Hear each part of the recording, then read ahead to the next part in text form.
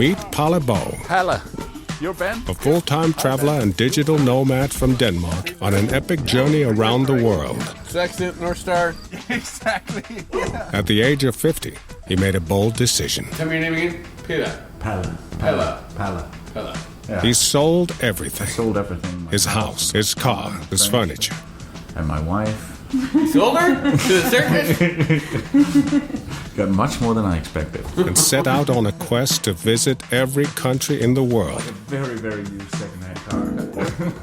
Documenting everything along the way.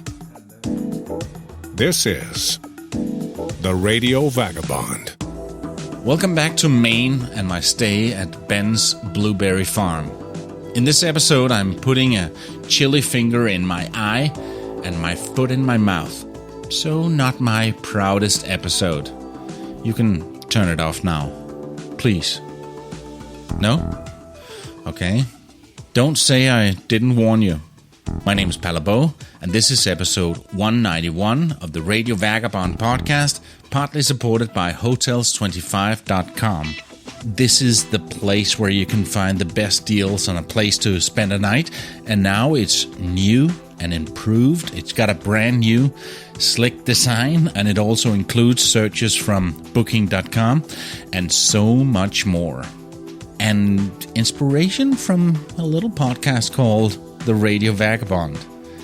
You should absolutely check it out. It's super, super cool. Hotels25.com. Previously on the Radio Vagabond. In the latest episode, I arrived to Ben Parent's Blueberry Farm in the middle of nowhere here in Maine.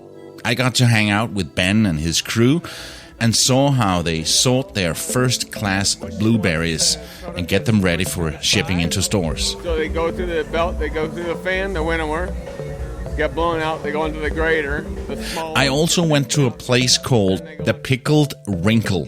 I went there to eat pickled sea snails. Sea snail, and it comes up in the lobster fisherman's traps, and they save them, and they put them in a bucket, and they take them to people who pickle them. They steam them up, and then they put them in a pickling solution, and then they come to us. And then I walked around in the beautiful Acadia National Park. For my last night here, Ben has invited me to go to a small local concert. He knows the singer and wanted to go see her and get a few beers, so I offered to be the designated driver. As I was driving the car on the small forest roads, I pulled out the microphone. So Ben, how did you become a blueberry farmer? What's the journey?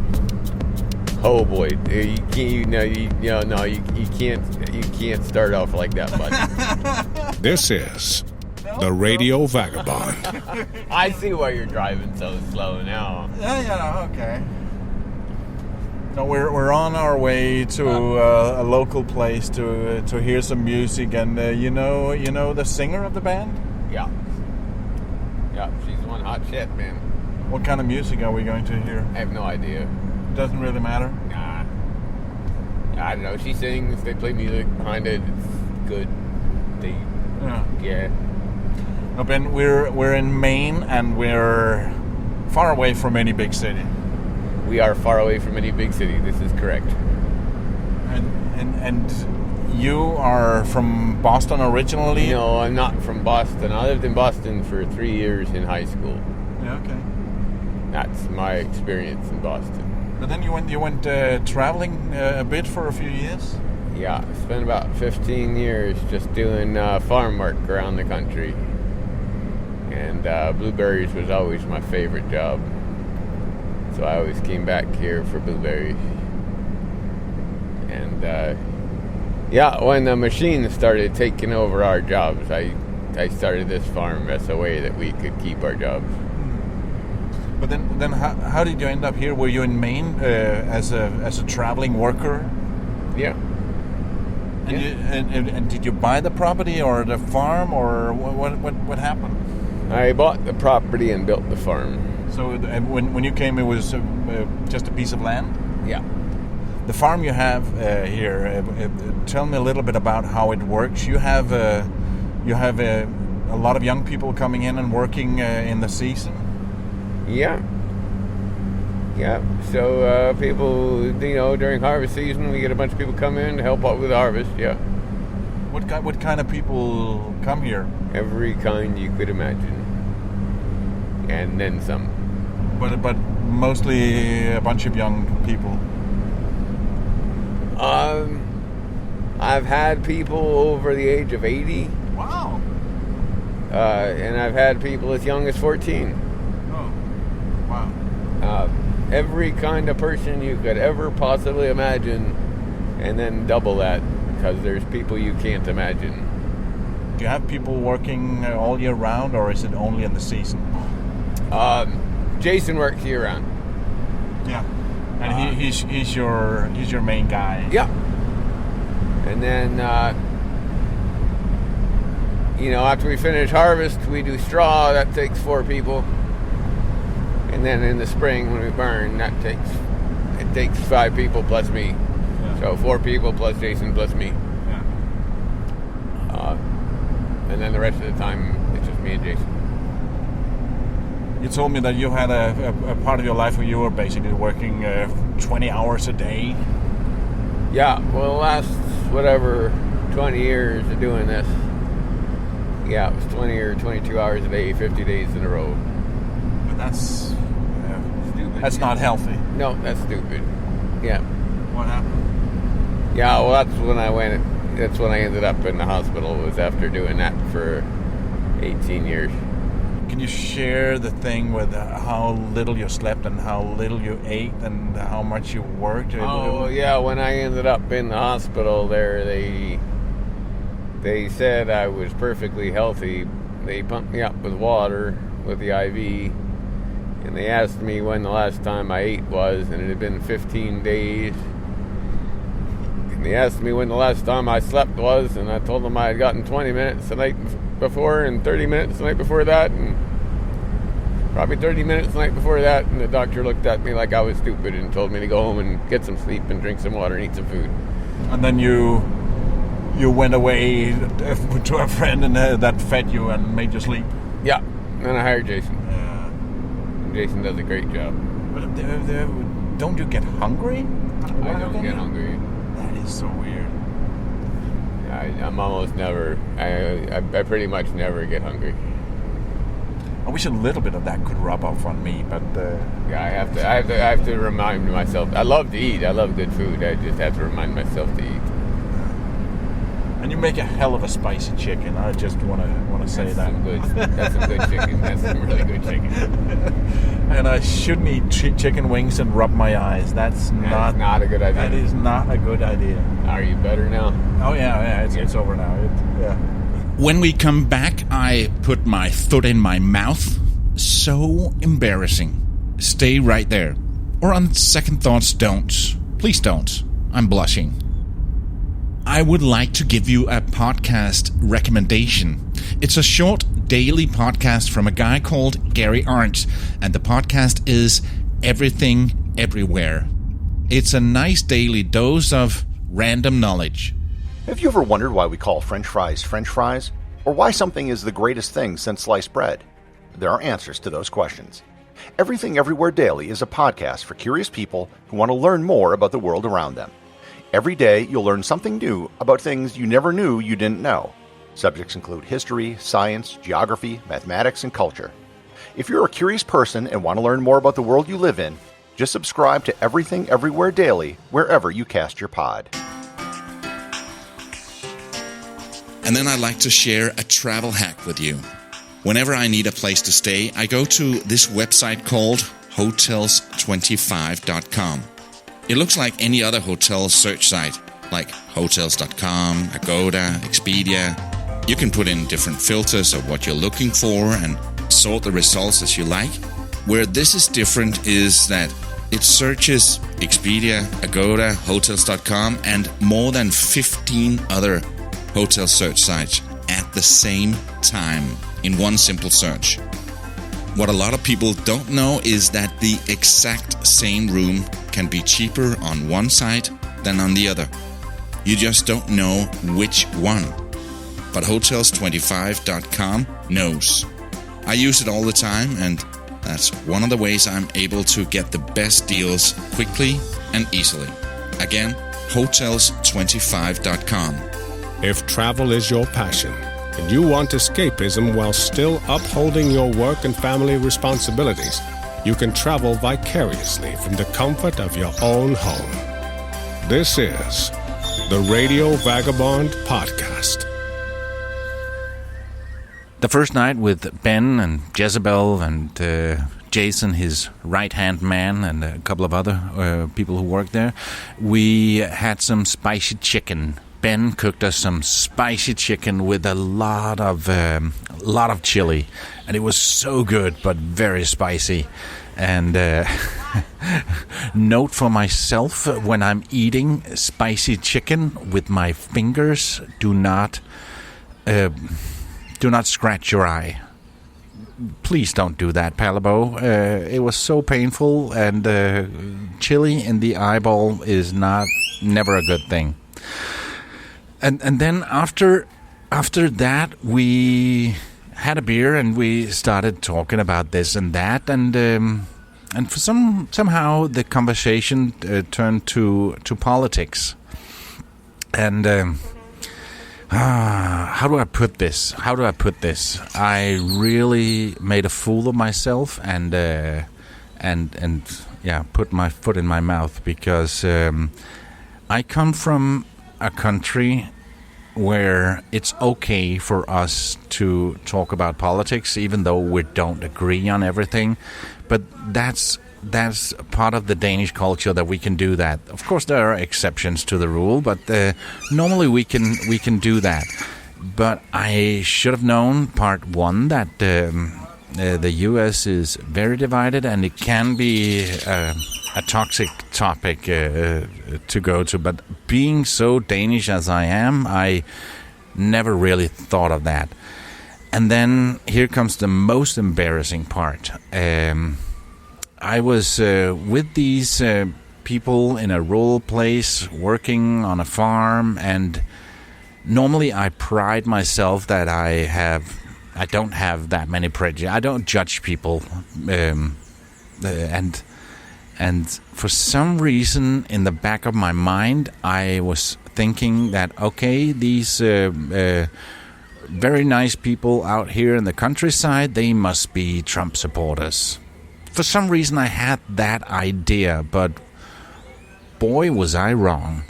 So here's what happened. We started going into immigration, and I explained to them that I come from Denmark, which is a country with arguably the highest tax in the world, and through generations we've all paid in for this tax, and that's why we have free schools, even free universities, and free health care, and good road, good infrastructure. And it's something that we can have because of the high tax we pay.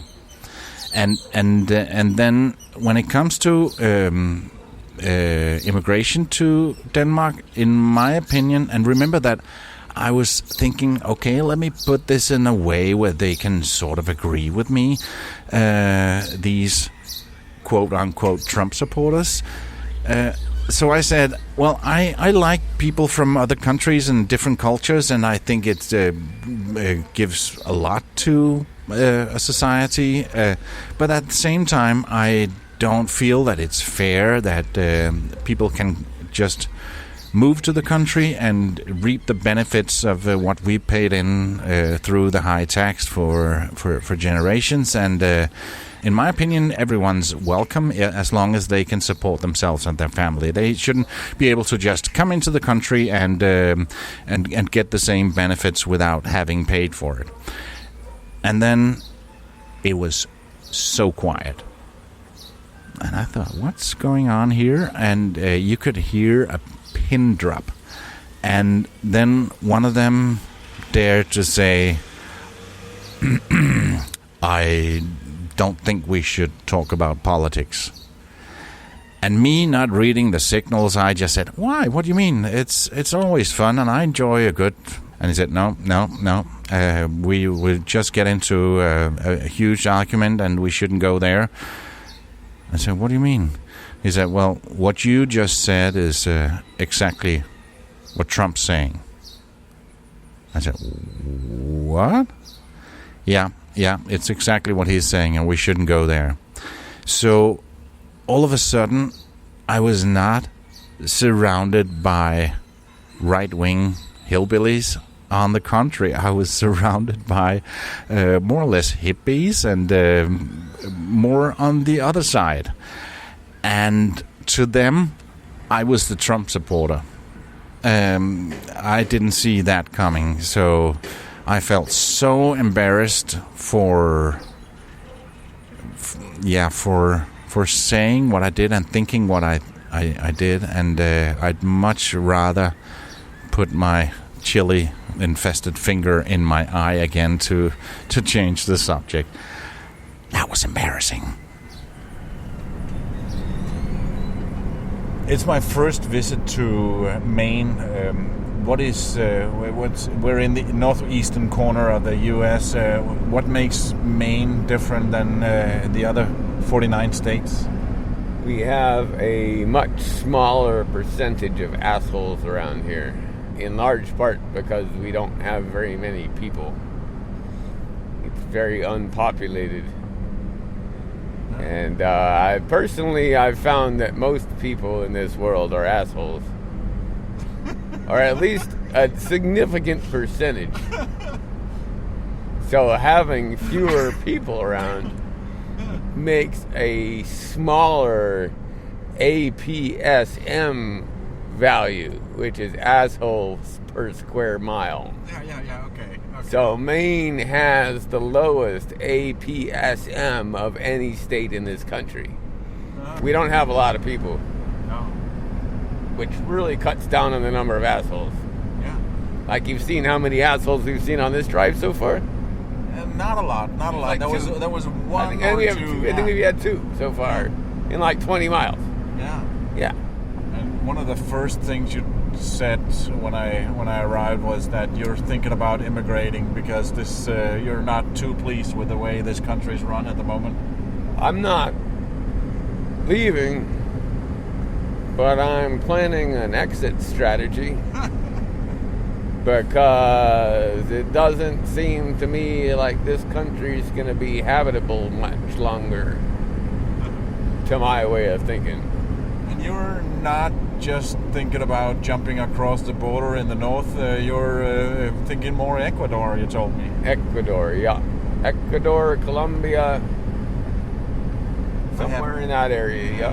I haven't been there yet. What can I expect when I get to that part of the world? Well, let me tell you, Colombia, of course, they just got rid of Pablo Escobar not very long ago. And I guess that made just room for a lot of other Escobar types. There are some. It's definitely still going on. But the people and the government and the military are very dead set on not letting that happen again. There's a very strong military presence. It's a very friendly military presence. Like, they're not out to hurt anybody. They're just there to make sure that never happens again. And just a few years ago, when I was talking about Colombia, people always said, "Oh, isn't that so dangerous?" And now I don't hear that a lot. Up on the where the Colombia meets Panama, there's some jungle in there that probably isn't really smart to explore. That's where FARC is still active. But Colombia is perfectly safe. And when I was there 2 years ago, there was a feeling, a sense of, you could feel it everywhere, this feeling of hope that people had because they realized that Escobar was gone and they weren't living in fear all the time. And so people had this beautiful feeling of like hope and, wow, we can go out and do this, we can do what we want to. The last time I saw that was when I was in Poland when the Berlin Wall came down. And I was in a newspaper office that it was a Solidarność that's a whole nother story. The story during that newspaper, it had just become legal for the first time. And there was just this feeling of hope among people, and you could just feel it everywhere. Yeah. And you can feel that in Colombia right now. Like, people are really happy, people are really hopeful, people are really excited about the future, and that's pretty neat to see. Ecuador's calmer.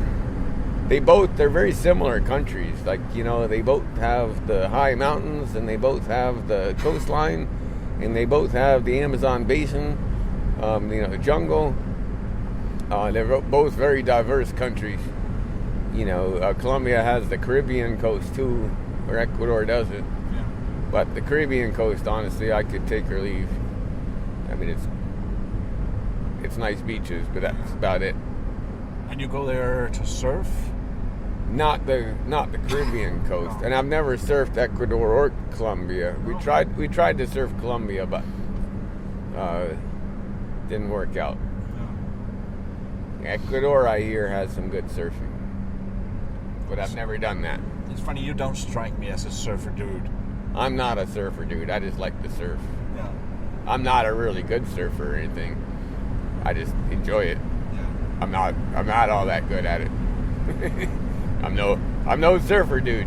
Yeah. But I just enjoy going out on a surfboard. So you're not riding the waves as the girls over you? No, I'm no pro surfer. I just like going out in the ocean and playing around. And sometimes I catch a wave, and it's lots of fun. Yeah. No, this winter I think I'm gonna go to Medellin first. Yeah. That's high on my list. We're almost there. Oh boy, it's gonna be hard to get up. I parked Ben's car and we went inside. And it seemed like Ben knows everyone here. Not everybody, no. Stomping grounds here? Not everybody, but... How far away is your place from here? About 23 miles. That's close for here. Yeah. You still hungry? No. I got Don't be shy, bud. Chipotle chicken. Don't be fucking shy, dude. Pork carnitas. I'm just so Danish. Cheeseburger. Black He's bean Danish. bacon. You want to know how to count in tent in Danish? It's 2, 3, 4, 5, 6. Soup. It's not sieben? No, that's German. I told you that the other day. I know, I just didn't remember. 7, 9. Odinity. What is that? All right, I'm pretty fucking close, Counting, right? He's counting from 1 to 10. I think that's pretty good. 1, 2, 3, 4, 5, 6. So, 2. Dutch? Oud. Oud. Is it Dutch? No. I was thinking, A lot of Americans say that. Dutch is in Holland. it's not the same. It's way different. Oh, is it? Yeah. Yeah, way. The place was more like a garage than a music venue, but it was so cool to hang out with the locals for an hour or so before Ben's friend, one hot chick, went up with the band and started playing.